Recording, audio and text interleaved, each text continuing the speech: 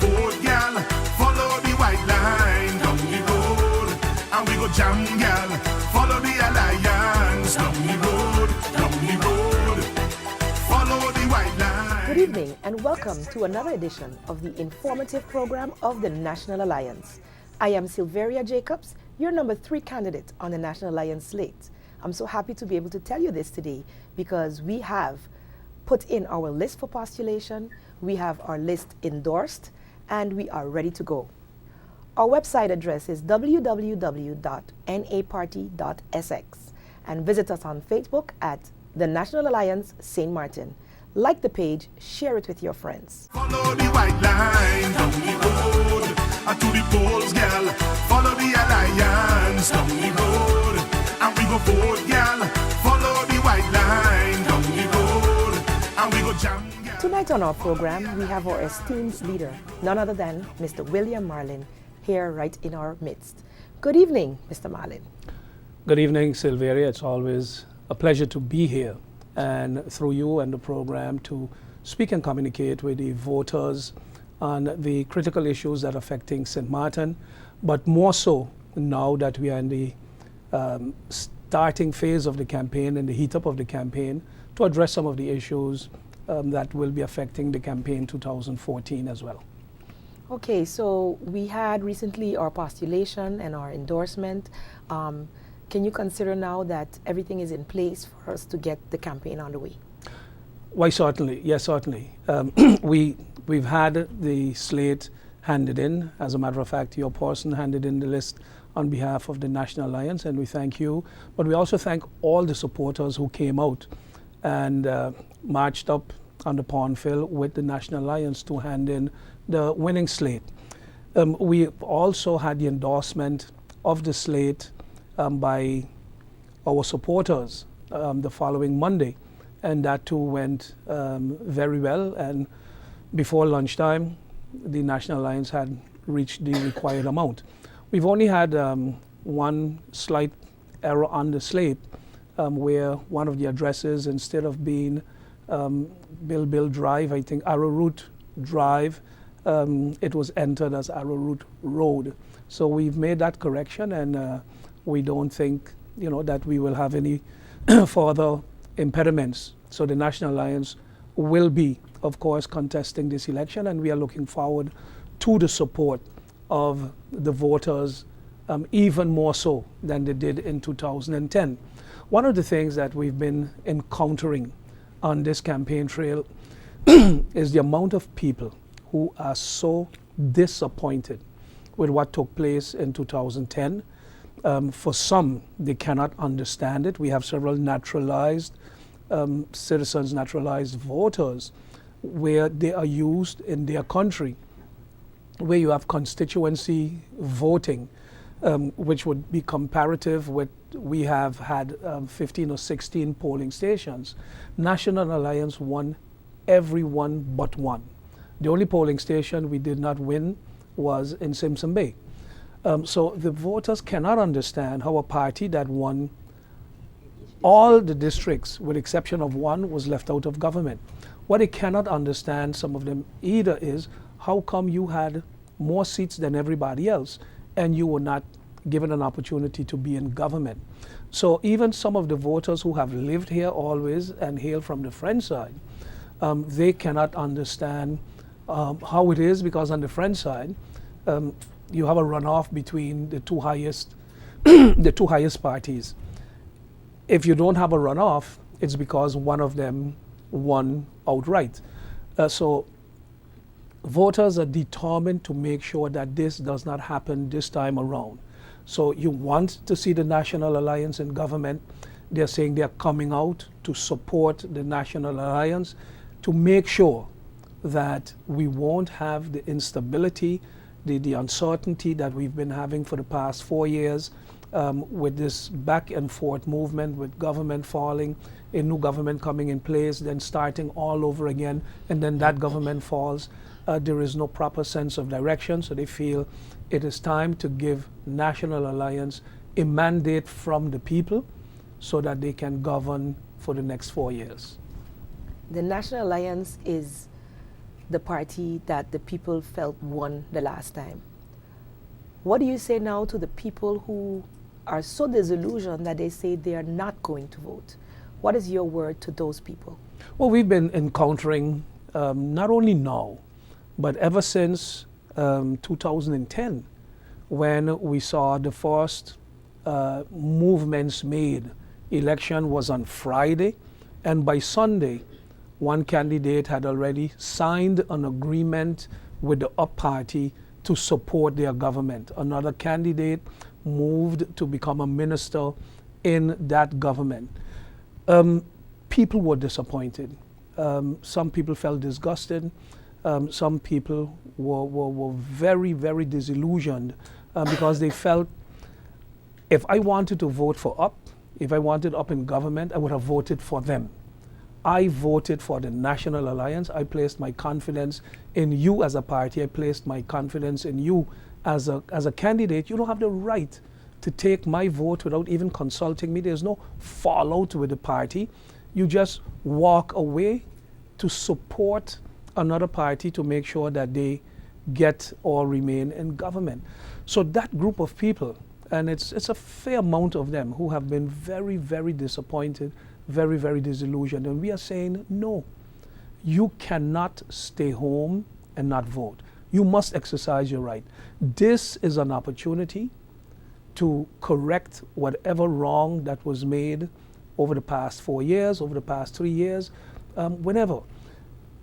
Your God-given right to vote is to say, that is the party or that is an individual I would like to see in government for these reasons. Not because they gave me $100, not because they gave me $200, not because they gave me this or they gave me that, but because I feel that group of persons, that slate, their program, what they stand for, collectively, what individuals, when they are in office as ministers, how they have worked in the interest of the people of St. Martin. That is where you have to head. That is what you have to look at. Things have happened that was not right. And what we can see, all of those persons, basically all of them who were involved in jumping and moving, most of them took the honor to themselves and did not postulate themselves, or probably parties didn't want anything else to do with them because it's like, hey, these people cannot be trusted. One of the things that I have, for instance, as part of my slogan, the slogan for the National Alliance, as everyone would know by now, is St. Martin First. And on my personal campaign material, I have included on my t-shirts, for instance, National Alliance #1, Marlin, St. Martin First, and I've added 100%. Why did I add that? Because I want to emphasize again to the people, when William Marlin is in office as a commissioner, when he's in office as a minister, he gives the people of St. Martin 100%. If I'm involved in any project, it is 100% for St. Martin. There is no interest in it for William Marlin. There is no deal in it for William Marlin. It is 100%. The people of St. Martin benefit. When I bought land at the Hope Estate several years ago, we paid 1 million guilders for 14,400 square meters of land. 1 million guilders. Prior to that, we bought 14,400 also at the Hope Estate, also for something like 900,000 of 1 million guilders. That was to build where Genevieve, the Weaver School, is now, where the senior citizens' homes is right now. And why do we say 100%? Because it was all to the benefit of the people of St. Martin. Today we see Minister Maurice Lake secretly was trying to purchase 11,200 square meters of land for 10 million guilders. So you do the math, 14,400 for 1 million or 11,200 for 10 million. And then you're saying you're doing it to save the people of St. Martin money. So that on a personal note, is one of my, one of the things that I've added to my campaign slogan and bandwagon. 100%. I give as a commissioner, I've given as a minister 100% to the people of St. Martin, and that is what I pledge again. That is what I pledge again when the voters of St. Martin return the National Alliance to government. The ministers, like yourself, who was Minister of Education in the last government that we were in, and I know how hard you have worked for sports, how hard you have worked for culture and education, and we promise and we pledge to the people that is what we are going to bring again to the table. That is what we will bring again to the people of St. Martin. That is what we will bring again to St. Martin as a whole. 100% of our time, 100% of our dedication, and 100% interest for the people of St. Martin. Follow the white line down the road, to the polls, girl. Follow the alliance down the road, and we go vote, girl. Follow the white line down the road, and we go jam, girl. Follow the alliance down the road, down the road. Follow the white line. District 1. Now that the campaign is heating up, and on Friday we had our first district meeting in St. Peter's, which was very successful. What is next for the National Alliance in the upcoming weeks? Well, the National Alliance candidates individually and as a team collectively, they've been organizing contact meetings. Each candidate has his or her own campaign team. We have Team Silly, we have Team Marlin, we have Team Laveist. Each candidate individually has his campaign team. But then we also have the individual candidates sometimes would have focus groups in which they would address certain issues with a particular group. But we are also having contact meetings. Like you mentioned, on Friday, we've had a tremendously well-attended contact meeting in St. Peter's, and we will continue with a schedule of contact meetings, but we also, prior to going into the district for our public meeting, we will be walking through the district, the candidates and part of their support teams, those that are available because many people still work, we will be visiting the districts. One of the things that we've opted for this year is to have so far 4 public meetings only. We are looking for an allocation for a 5th meeting, but so far we have scheduled 4 public meetings. The first public meeting will kick off in August. On the 9th of August, we will be in Soccer Garden, where we traditionally keep our meeting. That's on the property of Miguel Richardson. Then from there we go to Dutch Quarter on the property of the Weavers on the main road in Dutch Quarter. That will be on the 14th of August. Then on the 23rd of August, we will be in Cold Bay. That's on the property across from the Harley Davidson, where they park in the daytime. That is available to all political parties, I guess, and we will be utilizing it on the 23rd. That's a Wednesday, the 23rd of August. And then our wrap-up night, our big night, when we will close off, would be on the 27th, when the last public rally actually is allowed. We will be from 7 to midnight. We will be in the St. Peter's, South Reward, Ebenezer area, where we will be on the Scott property next to the gas station. There we will have several live performances, but we will also have a live broadcast via cable television channel 20, and we will also be on PJD2. So those persons who are working and cannot make it, or those persons who chose to stay home, they still have an opportunity to listen to the last rally of the National Alliance before we head into the final stretch and into election day, which would be August 29th. As far as the walkthrough in the different districts, that has started on the 21st. Tonight, earlier today actually, we walked through the district of Soccer Garden. And tomorrow night, tomorrow afternoon rather, into the evening, we will be in Middle Region. And then next week, we will be in Belvedere on the Monday the 28th of July. And we will be in Dutch Quarter on the 29th of July, which is Tuesday. So every Monday and Tuesday, the National Alliance candidates and their teams will be in the different districts, knocking on doors, talking to people, listening to their concerns, presenting issues in our manifesto, presenting issues in our program, discussing the issues that affect the people of that district and what solutions the National Alliance envisions for them. But more so is to, as they would say, press the flesh, meet the people, communicate with them and give them an opportunity to meet one-on-one with the different candidates. I would also like to add that the schedule for all of these meetings will be made available on our Facebook page, and hopefully by then our website will be fully up and running with the profiles of the candidates where everyone can go and visit, look at the candidates, see what they're about, see what they want to work for St. Martin, and then you will also be able to know when we'll be coming to a district near you. So look out for us, welcome us, because you can only make a good decision when you've heard from the National Alliance. What do you say is then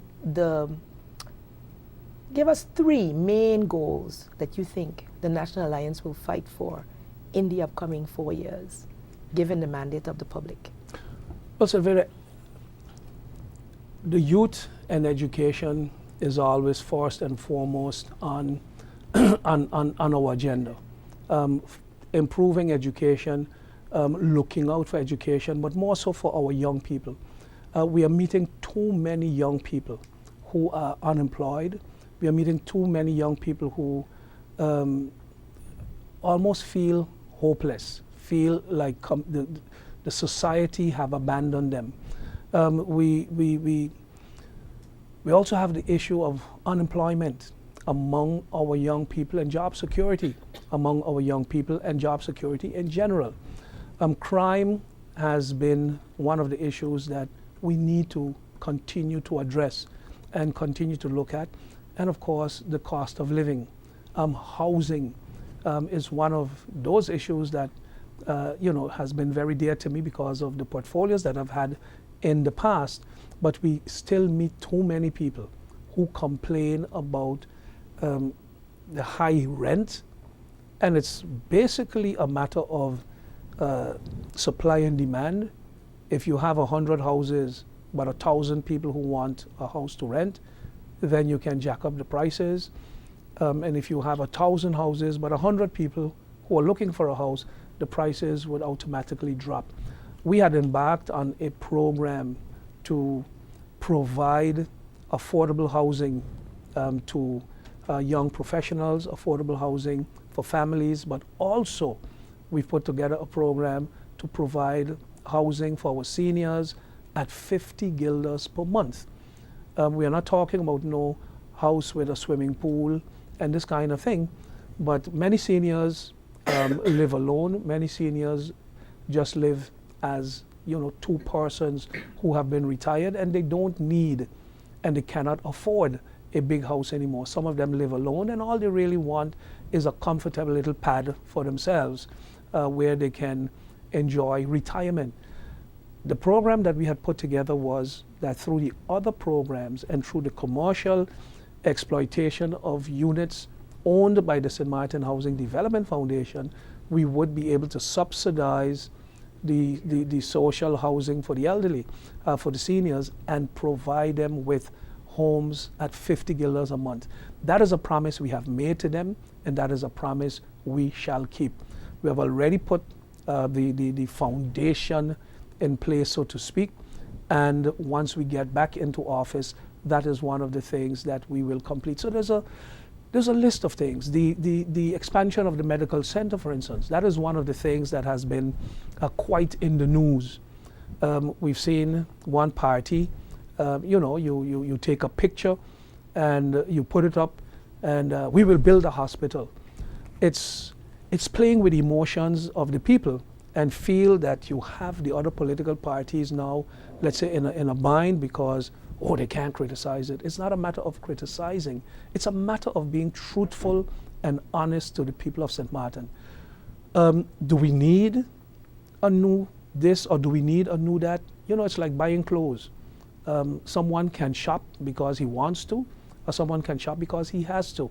So with a new medical center, yes, we can do with a new building, but can we afford it? And not only can we afford it, is that really going to solve the problems that we have in healthcare? What we have in healthcare is, first of all, we need an expansion of the medical center. We need more beds in the medical center. And as a matter of fact, we can put new beds or more beds in the medical center within a couple of days. And how the National Alliance say we can do that? There are several areas in the medical center that is used for administration, that is used for a meeting, that is used for administrative staff. The personnel department, for instance, is housed in the medical center. If we move them out and move them, let's say, across the street where there's commercial units to rent, we can then utilize those spaces and convert them into units where people who need to go to the medical center can immediately go there. But what we need is a discussion with the SZV, with the insurance providers, to increase the tariffs that the medical center collects or is given for services provided. This is something that go back, way back when we were in the Netherlands Antilles, when St. Martin was considered, let's say, a secondary hospital and the main hospital in Curaçao. So the tariffs SZV paid to Curaçao Hospital were higher for the same procedure that they would pay to St. Martin Medical Center. We are saying it is time now to increase those tariffs, adjust them, make the medical center more sustainable, put them in a position where they can better pay their bills, they can pay their nurses better salaries, they can provide better, they can hire more specialists so that we can provide that care that is needed to our people. We need a larger emergency room, but to lick down the medical center and build it all from scratch, or to go build a whole new brand building without explaining to the people how much it's going to cost, how we are going to be able to pay for it, and how we are going to provide better health care once we have a building. So it's not about a building, it's about providing better and quality health care to the people of St. Martin. Thank you so much for that explanation. In terms of, we've seen a little bit, we're running out of time just now, but we've seen that some of the regulation as was published by the Minister of Justice have been overtrodden or have been ignored. What are your views on that? Well, you know, Silveria, I didn't want to make a public statement really on this, but I can tell you that a few days ago, I called on the Minister of Justice, and I was really annoyed because I'm saying, when is it going to stop? When will enough be enough? One party placed a billboard over 4 months ago on the main road going into town. Another party, the president of another party, wrote the Minister of Justice and complained about it. We've seen nothing happen. The minister now gave his directives for campaign 2014. So basically it's like, okay, guys, these are the rules. And what do we see? The same party again violating the rule, not once, not twice, not 3 times, but continuously. So I called the Minister of Justice, and he said that the police was instructed to look into it, that they were taking pictures and that they were going to contact the respective parties. Just before going, taping this program, I understood that the leader of the Democratic Party said in a press release that they were going to remove their material, and it's all about transparency and about integrity. And we are saying, why are you trying to fool the people? You knew that these were the rules. So why did you violate the rules? And now to go and say, we are going to remove them because it's about transparency and integrity. They should not have been placed there in the first place. Well, thank you so much for clarifying that. And I think that most of the people are looking out to see what will be out there on the roads. And I think the rules have been published in the papers. Everybody should be aware. And if we're going to lead this country, we should lead by example and uphold the rules. You've been watching the National Alliance Informative Program. I'm Silveria Jacobs, and we had a very informative session with our leader, Mr. William Marlin. I would like to remind you to visit our Facebook page, the National Alliance St. Martin, and like the page, share it with all your friends and family. Our manifesto has been coming out, and before you know it, you'll be able to get a hard copy in your hands, but you've been able to preview it, read it, and in fact come to our meetings with questions pertaining to what we have stated. That would be the best dialogue ever, because we want to know what you think and incorporate your thoughts and views into our governing program when the time comes. The naparty.sx is our website, and every Monday you can see us right here on St. Martin Cable TV from 9 to 9:30 p.m. Also, Mr. Rudolph Samuel on our list, he has a program on PJ82 from 5 to 6 p.m. each Monday. Also, tune into that to hear him as well as other candidates bring you their views and all that we have in store for you for this 2014 and beyond. Thank you so much for listening. Thank you so much for coming to look and hear what the National Alliance has to say. We're very proud to be able to serve you. Until next week, see you on the road.